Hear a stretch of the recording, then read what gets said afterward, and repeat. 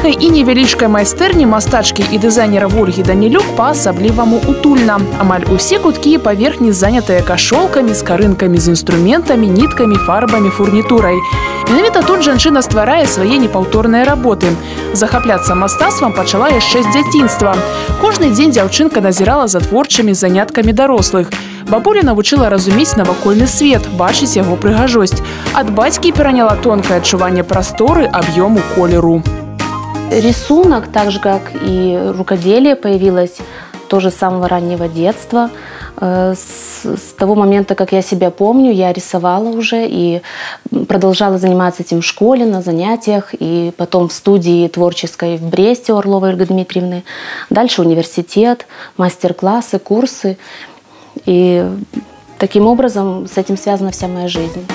Карціны Ольгі Данілюк нешта большае, чым проста яркі і жывы малюнак. Гэта ўласнае мастацкае адчуванне свету, з'яў, падзей, прыроды. Акварель с веточкой называется «Незнакомка». Появилась она таким образом, когда поздней осенью родители привезли из леса мне веточку дерева. Но мы так и не разобрались, что это за дерево цветущее. В ноябре, когда уже лежал первый слой снега, она стояла в вазе, и вот этими красками в серой осени побудила меня к тому, чтобы ее запечатлеть.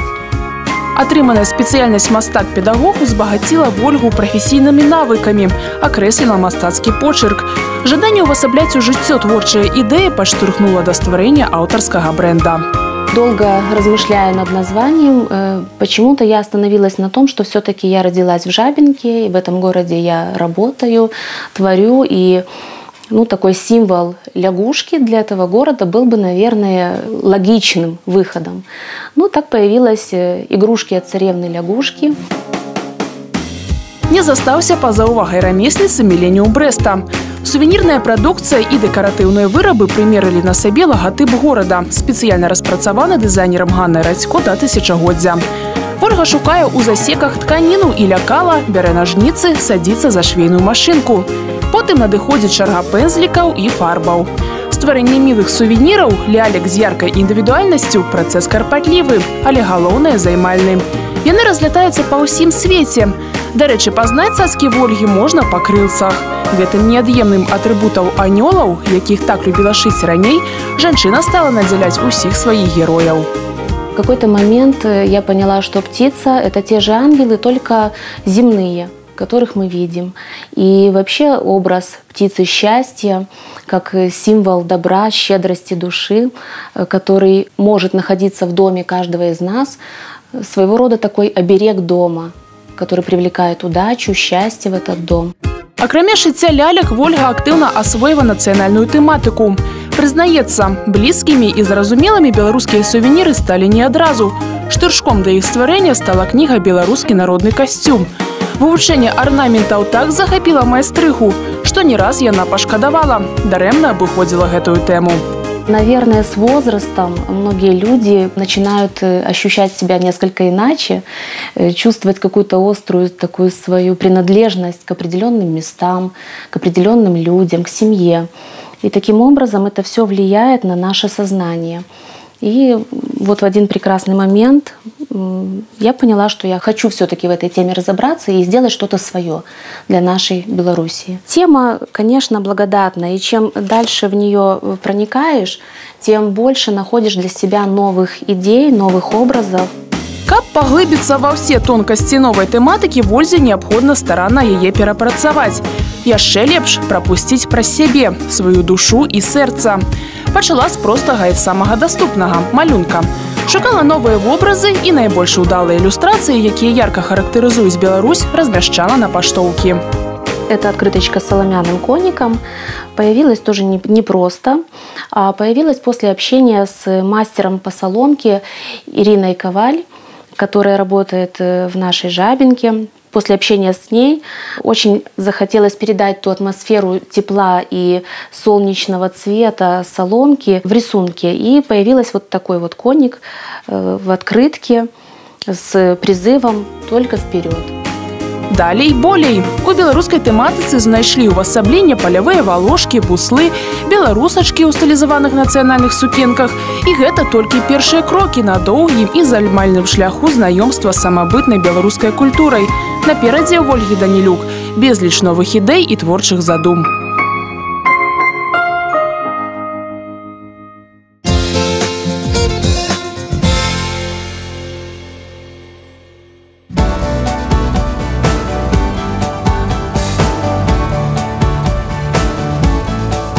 Дакладныя ўзоры, ход нітак, пастаянны рух пальцаў, максімальная канцэнтрацыя. Упершыню Юрый Сальнікаў пачаў ткаць каля 4 гадоў таму. Тады Александра, яго ідэйны натхняльнік, папрасіла зрабіць на дзень нараджэння бярдо, прыладу для ручнога ткацтва. Дзяўчыне справа не падабалася. Юрыя ж натхніла. Мы разам селі, разам спрабавалі рабіць. У яго атрымалась такая на марлю падобная цісёмка. У мяне такая добрая, прыгожая атрымалася, але ж я зразумела, што вельмі цяжка. Гэты нацяг на спіне, рукі трэба, атрымліваецца, нацяг гэта трымаць. Гэта настолькі цяжка, што я зразумела, не, я лепей буду вышываць, вось вязаць нешта такое, што можна, а тут же взяў, кінуў, пайшоў некуды, свае справы зрабіў. Александры куды цікавей назіраць за распрацоўкай узораў і абмяркоўваць іх каляровыя ценні. Іх творчыя справы ў майстэрні не перасекаюцца. Юрый тчэ, Александра вышывае, пляце і вяжа. Калі ён тчэ, гэта нейкі дзіва. Я такая пайшла на працу, прыйшла з працы, ўжо лента гатовая вісіць. Для мяне гэта вельмі натхняльна, я сваімі справамі пачынаю займацца.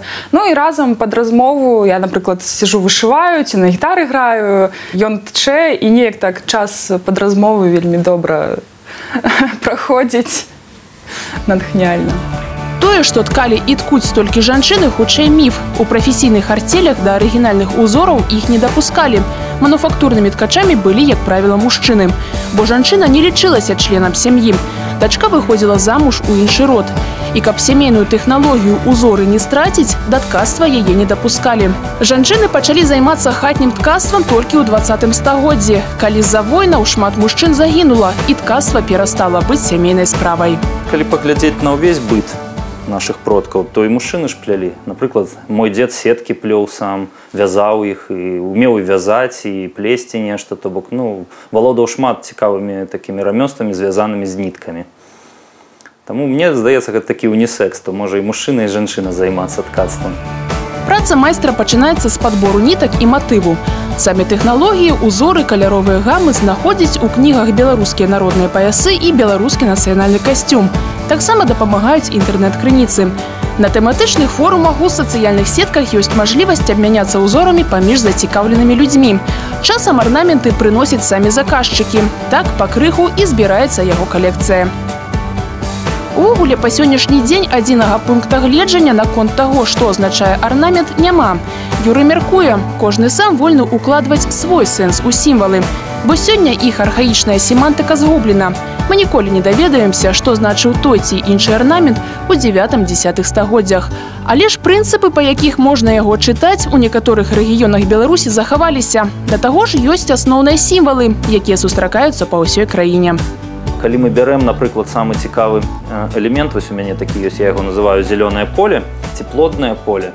Ось, таму што на ім ёсць квадрат рассечаны крыжом і як 4 семечкі, якія трапілі на гэтае поле. Тут ромб – гэта жаночы пачатак, гэта як стылізаваны сімвал круга, і гэта жанчына. Потым мужчына, які да яе дакрануўся, аплодзіў яе, якраз параніўшы на яе семечкі. І то гэта вось якраз тое, што адбываецца ў першую шлюбную ноч. Калі ўжо з'яўляюцца нейкія дадатковыя элементы, напрыклад, вось хвосцікі ў розныя бакі, то гэта вось сімвал сонца ці зоркі, таму што ён вельмі на яго падобны. Пераносіць каларыт і нацыянальную самабытнасць беларусаў у сучасную культурную і модную прастору Юрый вырашыў пры дапамозе невялічкіх рэчаў штодзённага ўжытку. Некаторыя кажуць, канешне, трэба рабіць рэчы высокай мастацкай якасці, для гэтага ёсць, канешне, выставы, і можна зрабіць такую калекцыю, 1-2. Але калі мы хочам папулярызаваць ідэю беларускасці, нацыянальнага каларыту, то тут трэба рабіць рэчы, якія чалавек можа ўжываць кожны дзень. Напрыклад, я рабіў брынзалеты для маладзёнаў, якія ажаніліся, і акрамя калечак на пальцы яны абменьваліся парнымі брынзалетамі. Валожкі – адзін з самых папулярных узораў. Юрый змяшчае іх на бранзалетах, завушніцах, кулонах. Плануе пашырыць асартымент за кошт пеналаў і кладчаў. Шэі і паясы. Звычайна іх набываюць на святы, каб дапоўніць народны касцюм. 3-4 дні спатрэбіцца, каб выткаць стужкі для бранзалетаў, тыдзень на выраб шырокага пояса са складаным узорам. Ёсць у калекцыі ткача і свой асаблівы талісман. Пояс шырынёй 5 сантыметраў і даўжынёй амаль 3 метры з пераплецёнымі канцамі. Я рабіў яго вельмі доўга, рабіў для сябе, таму вельмі акуратна да яго ставіўся. І ён ужо са мной быў і на купаллях некалькіх, і праз вогнішча з ім я прыгаў, і на гуканне катаўся. І нават ён ужо і ў Віцебску быў, і ў Гомелі быў, ад'ехаў ад мяжы да мяжы, праехаў па ўсей Беларусі са мной гэты пояс.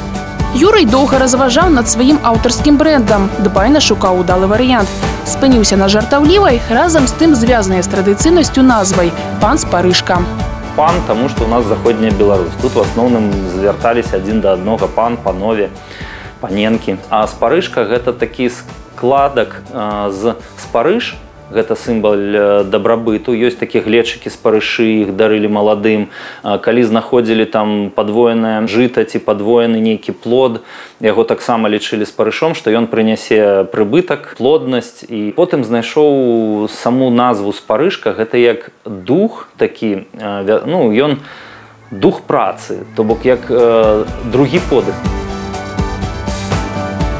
Падрыхтоўчы этап займае каля 1-2 гадзін. Па чарзе цотныя і няцотныя ніткі запраўляюцца ў кожную дзірачку ці адтуліну. За кошт гэтага пры руху бярда адкрываецца зеў, у які пракладваецца нітка. Затым Юрый прымацоўвае ткацкую аснову ланцужком да батарэі, каб было добрае нацяжэнне. Садзіцца, перапаясваецца спецыяльным поясам, да якога прымацоўваецца іншы канец нітак. Ёсць розныя метады. Ёсць, напрыклад, зараз я тку, это закладное ткацтва, тут ужо закладзены малюнак. І я просто пракідваю уток улева і ўправа, і такім чынам фармуецца ўжо малюначак невялічкі. Гэта вось такога кшталту шашачкамі атрымліваецца малюнак. А калі, напрыклад, закласці 1 праз 2, то бок на 2 ніткі белыя, напрыклад, одну сінюю, то ўжо можна займацца браным ткацтвам, гэта ткацтва траечкамі называецца, і тады атрымліваюцца ўзоры, арнаменты, але тут трэба падлічваць і перабіраць пальцамі. Узоры да 9 нітак Юрый ведае на памяць. Калі болей, дапамагае схема. Па ёй майстар сочыць, як пракідваць нітку. Мужчына цалкам засвоіў бярдо на розную колькасць нітак і закладное ткацтва. Пазнаёміўся з тэхналагічным працэсам ткацтва на кроснах. Спрабаваў ткаць літары і на дошчычках, але пакуль для гэтага недастаткова вопыту і спрыту. У планах у мяне зрабіць раму, як мінімум рамнае ткацтва. Вертыкальныя рамы, кажуць, былі самымі першымі станкамі. Вертыкальныя ці гарызантальныя рамы.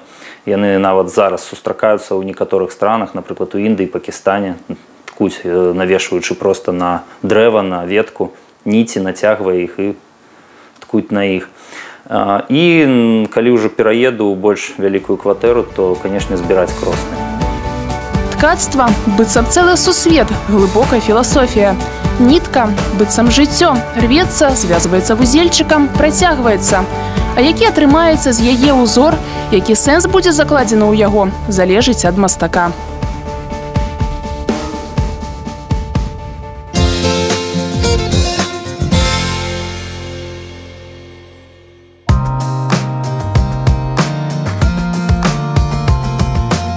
Стринг-арт – творчасць, якая спалучае лёгкасць нітак і цвёрдасць цвікоў. Адзінага меркавання пра тое, як з'явіўся гэты від мастацтва, няма. Па адной з версій яго прыдумалі англійскія ткачы ў 18 стагоддзі.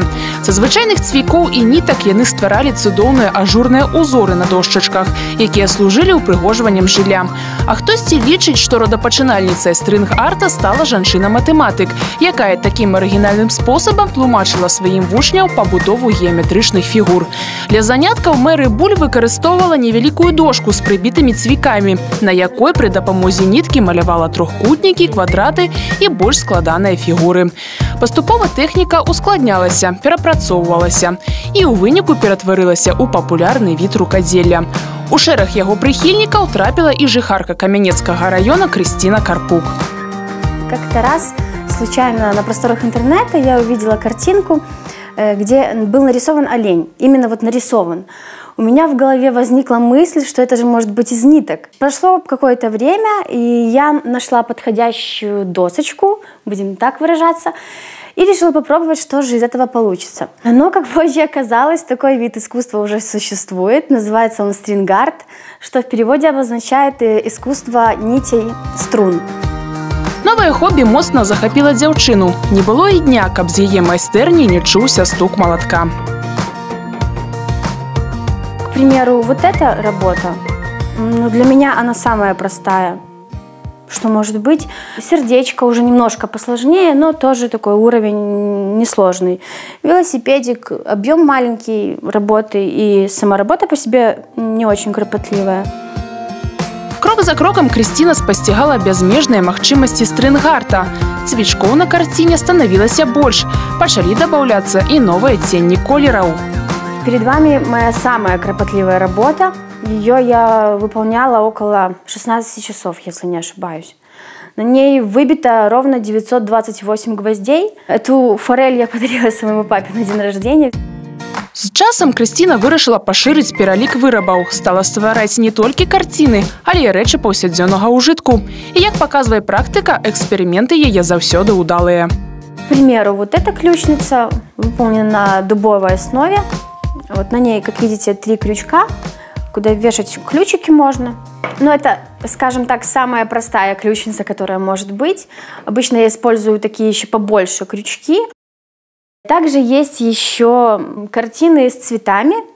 Такой тоже очень интересный вариант, я считаю. Также я делаю такие, к примеру, где для фото есть место, и там сбоку цветочки с вазочкой.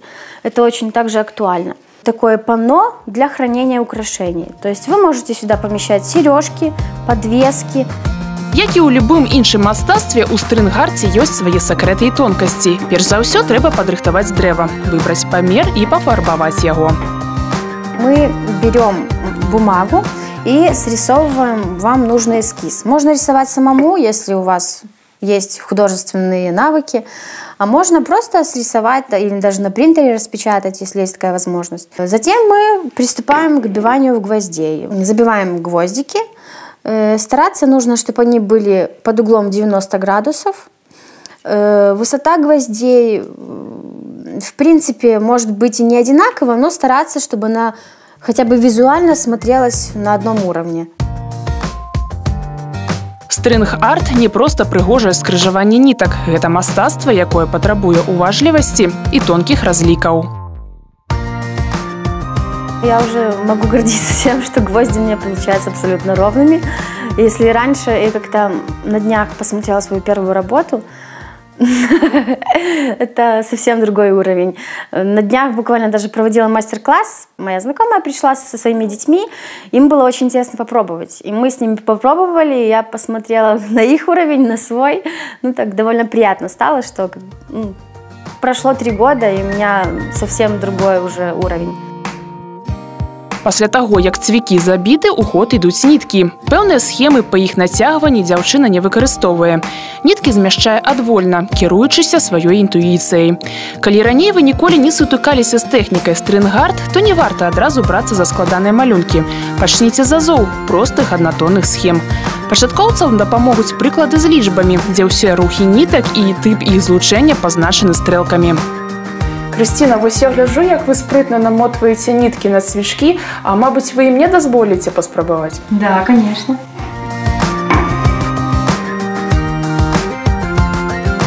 Я зараблю самую простую частку, гэта контур хаткі. Пано Крысціны гарманічна дапаўняюць інтэр'ер кухні і яе майстэрні. Хутка карціна з'явіцца і ў зале. Ужо ёсць ідэя для маштабнай работы. На ёй будуць горныя вяршыні.